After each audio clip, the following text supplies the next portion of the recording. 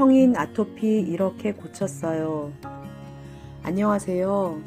29세부터 시작된 아토피가 51세가 되던 작년 12월까지 23년 동안 끈질기게 저의 삶에 따라붙어 있었는데요. 이러한 아토피가 작년 12월 어느 날 정말 깜짝같이 없어졌습니다. 어떤 이에게는 대수롭지 않은 이야기일 수 있겠지만 또 다른 이에게는 귀한 선물이 될 수 있을 것이라 생각이 들어 이 영상을 올리게 되었습니다. 29세의 뒤늦게 공부를 시작한 저는 기숙사 생활을 하게 되었는데요.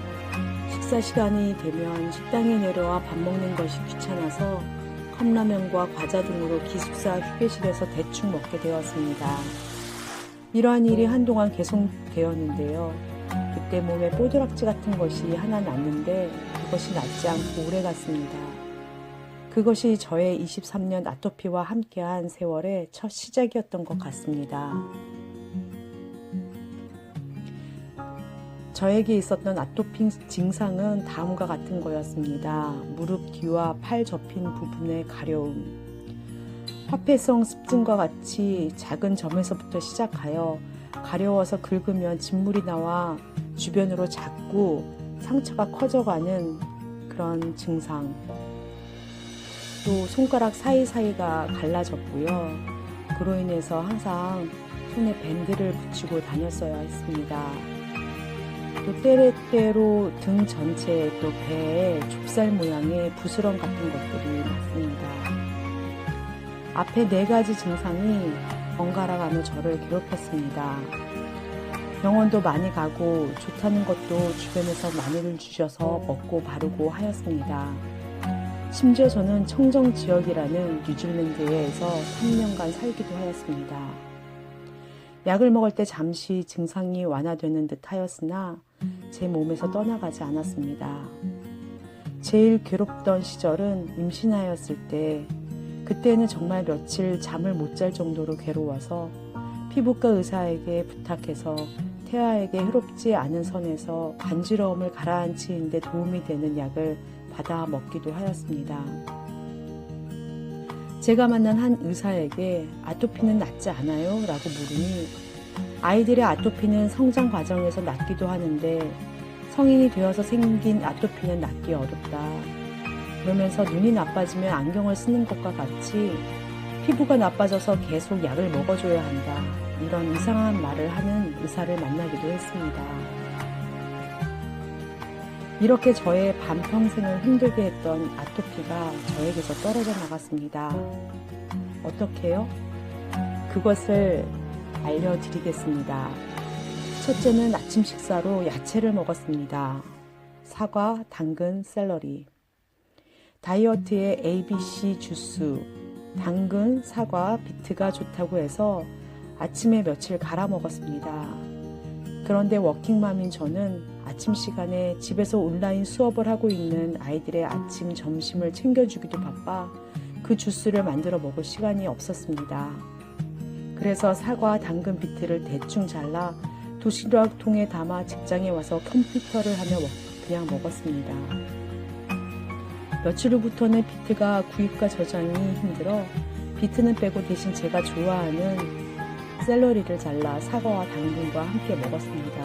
이렇게 한 달 아침에 과일, 야채를 먹으니 몸이 달라졌습니다.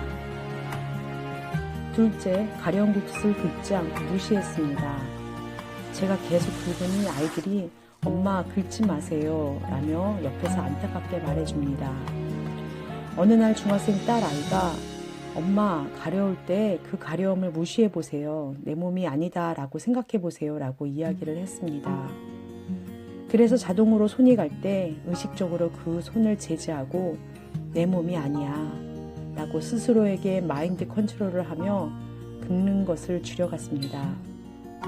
처음에는 그렇게 생각하기도 전에 먼저 손이 가서 힘들었는데 한 번, 2번 하다 보니 점점 내 몸에서 이겨낼 힘이 생기더라고요. 진물은 여전했으나 긁지 않으니 피가 나는 것이 줄어들었습니다.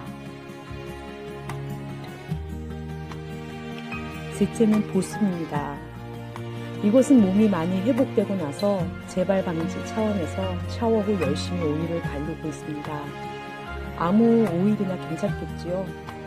저는 온라인 쇼핑몰에서 제일 싼 오일, 오리옥스 바디 오일이라는 것을 쓰고 있습니다.